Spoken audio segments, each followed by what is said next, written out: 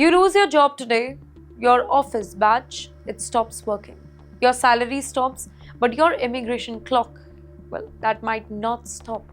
Under the current rule described in the reports, eligible H-1B, L-1, O-1 and T-N workers who lose employment can receive a discretionary grace period of up to 60 days or until their authorized stay it expires, whichever comes first. But now that 60-day period, it is extremely important. It gives a worker some time to find another employer, transfer their status, or make another lawful immigration arrangement. But here DHS has proposed something that could fundamentally change that safety net. The proposal, currently under internal review, seeks to eliminate the discretionary 60-day grace period altogether. And let us be very, very clear here. This is a proposal. It is not a current law. Well, according to the report, the rule has not yet been published for public comment, finalized or implemented. So yes, the workers currently protected by the existing 60-day rule, they should not assume that the protection it has already disappeared. But the question is, why does the proposal actually matter? It does. You know why? Because if that window disappears, the timing of the job loss that becomes much more serious. Today, a worker who is laid off may have time to find a new sponsor. Without that buffer, an employer may need to move much faster with a new H-1B filing.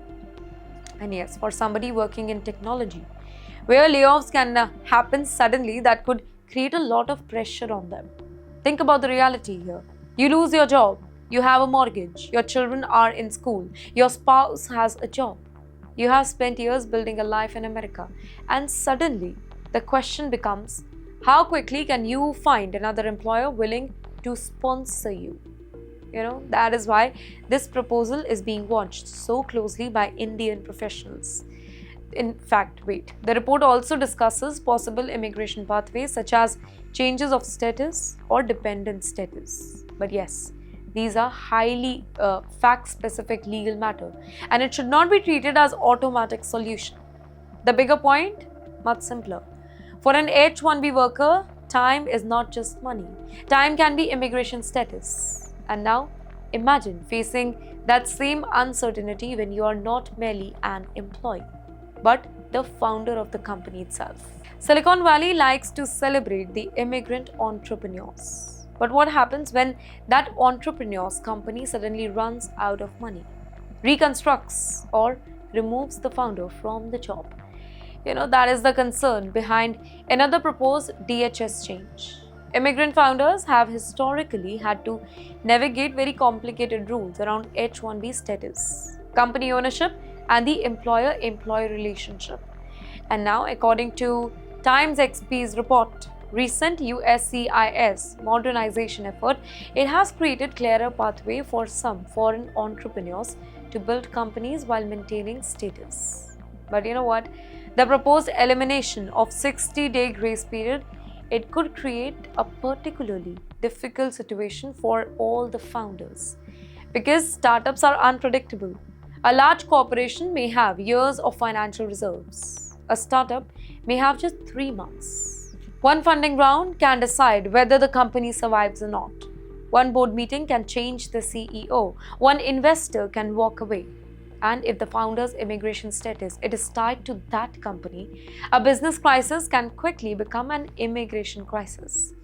In fact, the report also highlights several potential vulnerabilities, including venture capital reconstructing, funding delays, and questions around the employer-employee relationship required for certain H-1B arrangements. Well, that creates a very strange contradiction if you see. America wants entrepreneurs to build companies. It wants innovation, it wants investment, it wants startup creating jobs. But the immigration system also imposes strict conditions on how foreign founders can structure those businesses further. And you know what? That is why this particular debate, it is bigger than just one visa category. It is about whether immigration policy encourages immigrants' entrepreneurship as well, or makes the risk of entrepreneurship even higher for people who are already navigating a very complicated legal system.